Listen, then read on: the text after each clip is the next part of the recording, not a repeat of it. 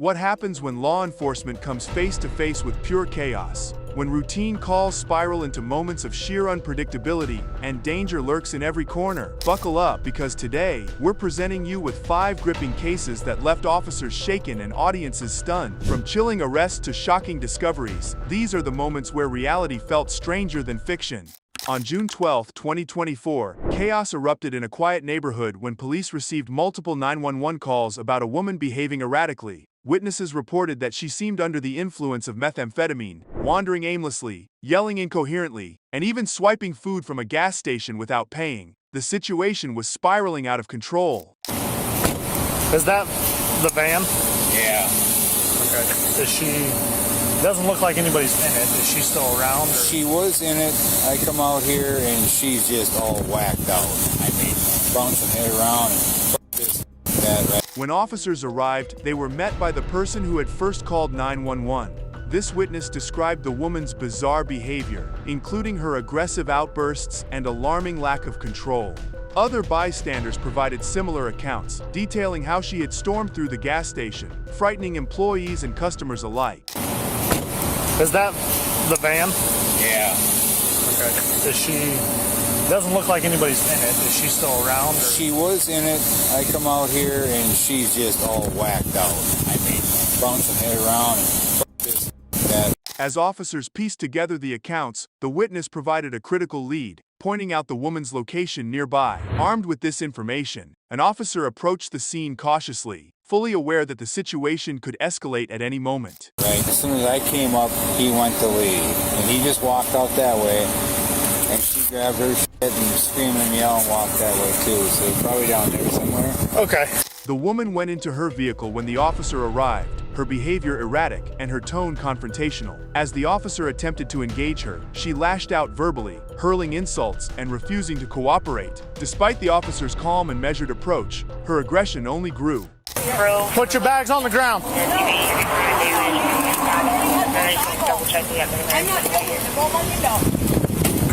not dealing with you.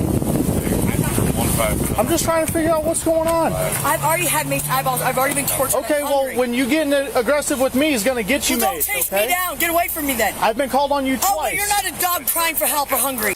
Repeatedly, the officer asked her calm down, hoping to subside the situation. Each request was met with defiance. Her refusal to cooperate and increasingly volatile behavior made it clear she was not only impaired but also unwilling to comply. I can tell you I'm going to take you to jail if you continue. I'm trying to work with you. Continue to not use it or people use it. I'm not using it. I'm good. I'm 19.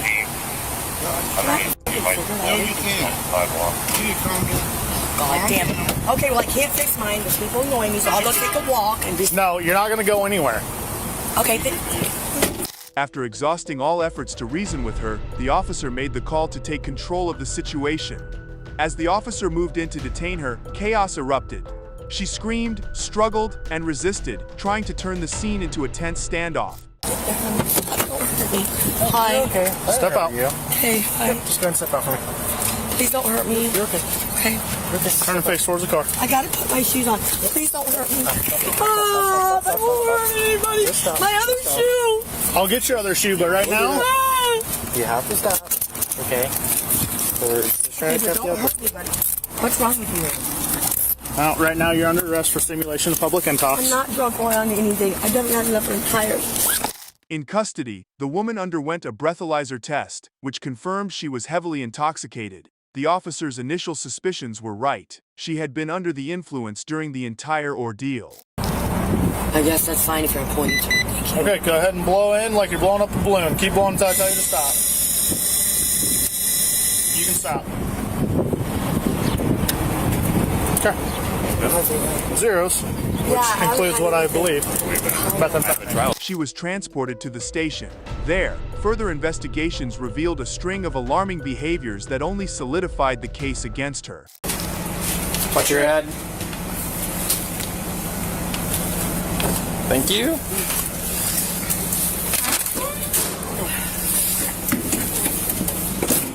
Days later, the woman appeared in court to face a litany of charges: disorderly conduct, resisting arrest, and public intoxication. Her erratic behavior, verbal abuse, and physical resistance during the incident left little room for leniency. The evidence, witness accounts, the breathalyzer results, and her outbursts painted a damning picture. On October 22, 2023, in Palm Beach, Florida, a quiet night turned dramatic when deputies were called to remove an intoxicated woman wandering the beach long after closing hours. What began as a routine enforcement of local rules quickly spiraled into a tense and chaotic confrontation. He has a camera. Okay, get your hands away from me. I'm not. Keep your hands away from me. You're touching my phone. Okay, I'm going to tell you again. You're touching me. You're touching me. Oh, yeah, there you go. Yeah, go follow him, see? He's working here. Why? He works here. No, he doesn't. Yes, he does. I work here you have to leave. Upon arrival, officers spotted the woman, visibly disoriented, clutching her phone and recording the interaction. Calmly, they explained that the beach was closed and she needed to leave. Instead of complying, the woman grew defensive, refusing to move and questioning their authority. No, you don't. Don't touch me, sir. Back up. Don't touch me, sir. What are you? What's your name? Deputy Morrell. Hey, give me my phone back. No, move back. Put Hey, your Siri, phone on my face. 911. No, Call, you- hey, you Siri, can call 911, Siri. You call phone all you want. Now Don't keep touch your my phone away fucking from me. property. Despite repeated warnings and opportunities to leave peacefully, she doubled down on her defiance. It wasn't long before officers noticed signs of intoxication, slurred speech, erratic behavior, and an escalating tone. When warned of potential arrest, the woman launched into a tirade, claiming the officers were overstepping their bounds. I'm telling you again. If I'm going If to you jail, do not what are my leave, rights? you have no rights here, okay? Your rights, okay, I just What are told my you. rights, sir? To leave. Freely. Okay, you leave now or you go to jail. How? Put her in the cell. As the situation escalated, the officers had no choice but to detain her. What should have been a straightforward process turned into a struggle as the woman resisted, twisting and pulling away as they attempted to place her in handcuffs. Why am I being cuffed? Why am I being cuffed? Hey, why am I being cuffed? Why am I being cuffed? Why am I being cuffed? Stop resisting. I'm not resisting. I'm not resisting. I'm not resisting. I'm not resisting. Don't. You're not listening. My phone. Just stop recording. Throughout the arrest, the woman continued filming and loudly asserting that her rights were being violated. She accused the officers of making false assumptions about her state and failing to read her Miranda rights. You're under arrest. Talking what? about it is not going to change. For what? Why am I under She have arrest? ID with her or not? Why am I under arrest? Can you read my rights? Who read me my rights? Nobody read me my rights. We're not questioning. Hey, who read me my rights? Nobody read me my rights. Where is my right? Her refusal to cooperate extended to sitting in the patrol car. She claimed the officers had broken her foot during the scuffle and demanded immediate medical attention. The officers assured her she would be taken to a hospital for evaluation before processing. Can you call your supervisor? I need to speak to your supervisor.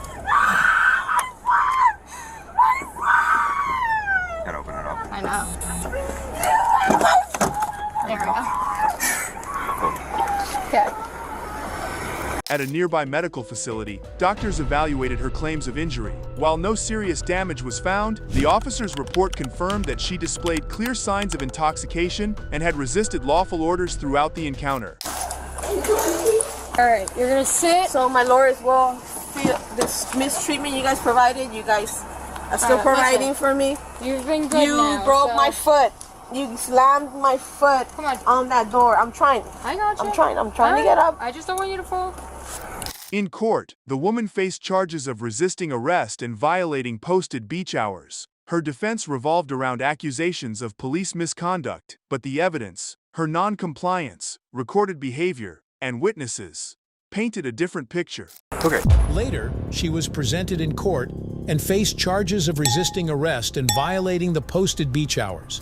On January 5, 2022, a chaotic scene unfolded on the highway. A truck and two motorcycles lay wrecked, victims injured, witnesses horrified, and a driver in visible distress. What started as a routine day ended in a deadly mix of poor decisions and tragic consequences.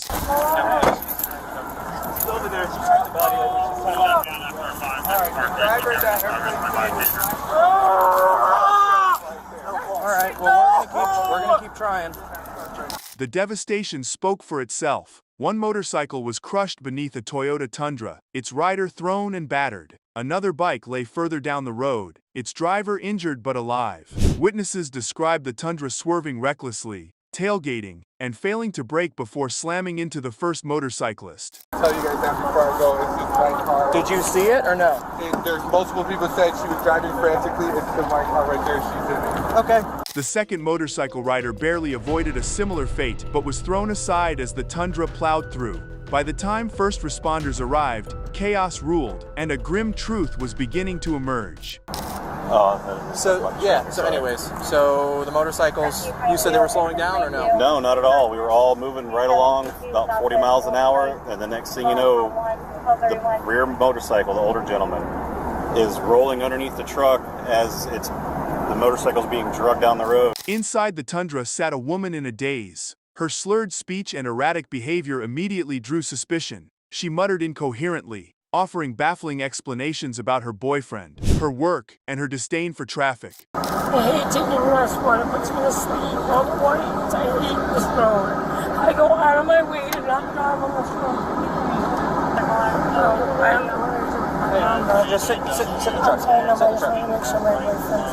That's fine. Was your boyfriend in the truck or no? The woman mumbled, swaying as she spoke. Officers noted visible knee injuries and a confused demeanor, but it quickly became clear this was more than simple exhaustion. How did it all happen so fast? Are you hurt anywhere? I guess the skin knees are from after the crash. No, this was before I fell at my job this morning. We'll figure out. Okay. Shine. Field sobriety tests confirmed their fears. The driver failed the horizontal gaze test, struggled to walk in a straight line, and nearly fell during the one-leg stand. Can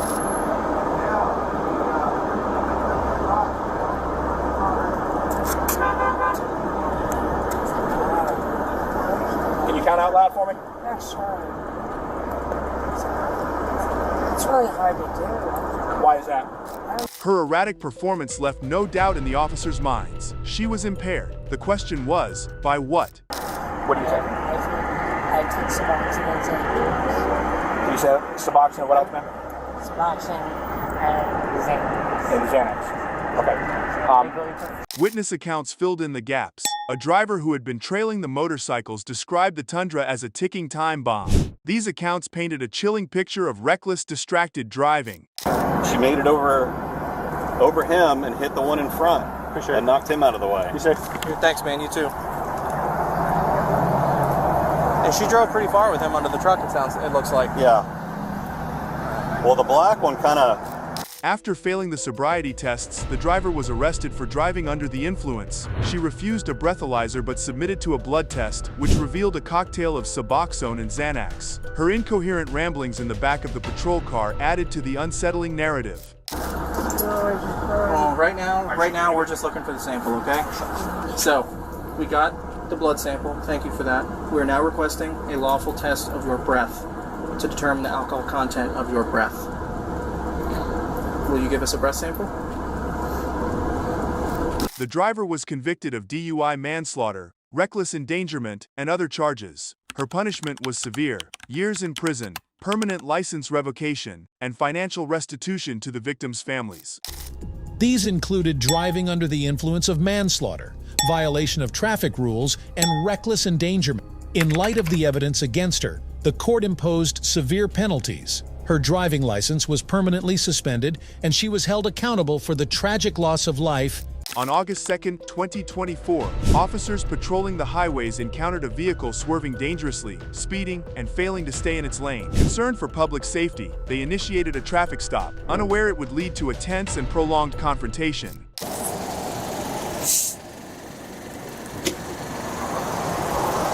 Hello. My sister's Huh? My sister was in birth. Your sister's in birth? Yes. Okay. Why are you all over the road? The officers approached the vehicle and were met with immediate hostility. The driver, a woman who appeared with a cigarette in hand, defended her actions, claiming she was rushing to her sister, who was in labor. All right, Jordan. So I explained to you the reason pulling you over, okay?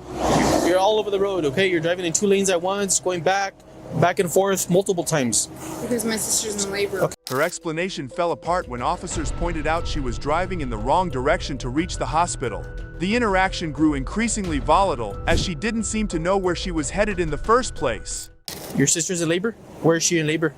She's at Presbyterian. Oh no, Women's Lovelace. Women's Lovelace? Okay. Why were you headed eastbound on I-40 then?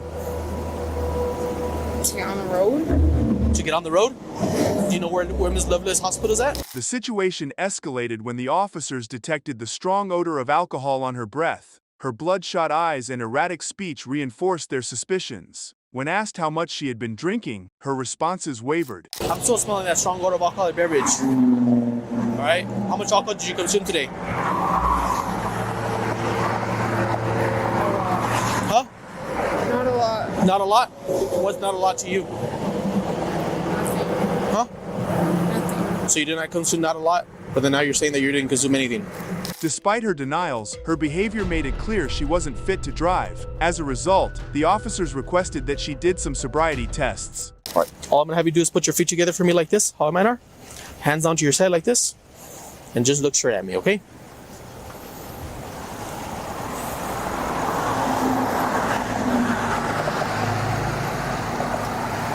Can you see the tip of my finger? Can you see it?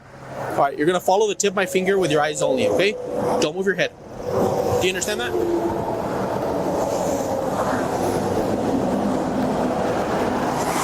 Don't move your head.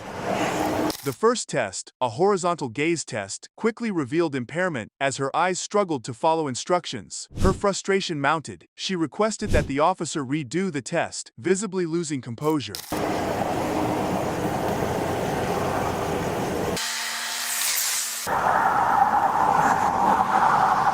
You follow me? Redo it. If you don't believe me, let's redo it. Redo what? I haven't finished. All right, hands onto your side for me. Yeah. Hands onto your side for me. Next came the walk and turn test. She stumbled and failed to maintain her balance, forcing the officers to halt the exercise for her safety. A final cognitive test involving counting and reciting the alphabet resulted in incoherent answers and further confirmed her intoxication. You good? All right, come here, George. Walk over here for me. Come here. I don't want you to fall. Stand over here for me. Have a seat right here in my bumper. I don't want you to fall. Have a seat right there in my bumper. Right there. All right. As officers moved to place her under arrest for driving under the influence, the driver's defiance peaked. She questioned the officer's authority and accused him of misconduct. All right, Jordan, it is 12:57, okay? You are going to be placed under arrest for driving under the influence of intoxicated liquor or drug, DWI. All right? Do you have anything in your pockets and stick me, poke me, or hurt me? No, why? Huh? Why? Why what? Why am I under arrest? For driving under the influence of intoxicated liquor and or drug, DWI. How can you prove that? I have a lot to prove. Even after being handcuffed, she continued to protest, asking the officers to call her family, whom she claimed were all law enforcement. Also, she refused to take the breath test. Where are your keys? Do you even know where they're at? Who's your boss? Huh? Call my mom. I'll let you call her yourself once you get back to my office. I'll give you your cell phone and you can call your mom. Call her now. On November 6, 2024, a frantic 911 call shattered the calm at a Florida resort. A distraught woman begged for help, her voice trembling with panic. She had found her best friend unresponsive on the bed, motionless and cold to the touch. The urgency in her voice was undeniable as she pleaded for someone to save him. But I called Nico, and we went to Fitz. First we came here. Responding officers and paramedics rushed to the scene. Inside the room, they found a man lying lifeless on the bed, his body eerily still. As medics began resuscitation efforts, the caller, his best friend, sobbed uncontrollably, recounting the events leading up to his collapse. I can't be dead. This is my best friend. What's your name? Okay, try to take a breath. Everyone stayed here. Maybe they could have saved him because I had the guy check them. Where'd you go, down to the beach? To my house. Your house? Okay, does he normally stay here all the time? No. She claimed he'd been fine earlier, even joking with her. But now, she feared the worst. No, I'm saying he wasn't normal speaking to me. I was trying to wake him up.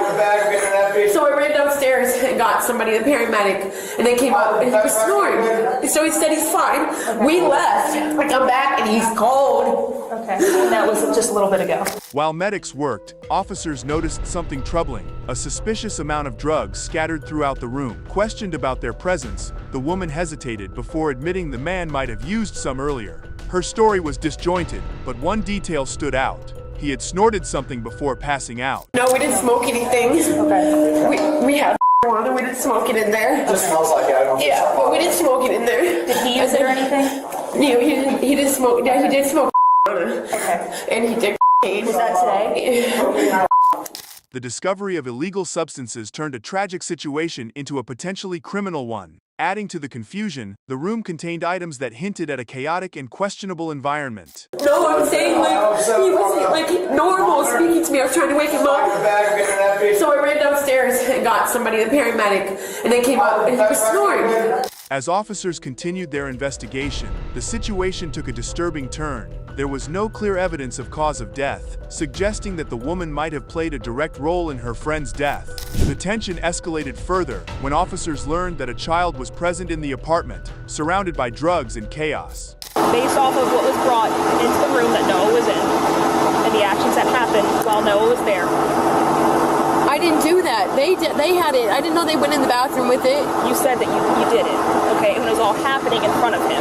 No, it didn't. Nothing happened in front of him. Nothing. The woman denied any wrongdoing. She insisted that she would never put my child in danger, tears streaming down her face. But the evidence painted a troubling picture, leaving the officers no choice but to take her into custody. I promise you nothing happened in front of him. The child was brought into a severe circumstance that could potentially have harmed his safety. No, I did not do that. I did not bring no drugs around him. I didn't do that. The child was in a circumstance that was unsafe for him to be around. Completely unsafe for him to be around, okay? I did not put him in that position. I did not know that he was going to do that or any of that. As handcuffs clicked into place, the woman broke down. Her pleas, however emotional, did not deter the officers. The drugs, the note, and the dangerous environment were undeniable. The officers explained the charges: child neglect and possession of illegal drugs, but her protests grew louder. Could have taken him out of that position. I didn't know he was doing that. Please.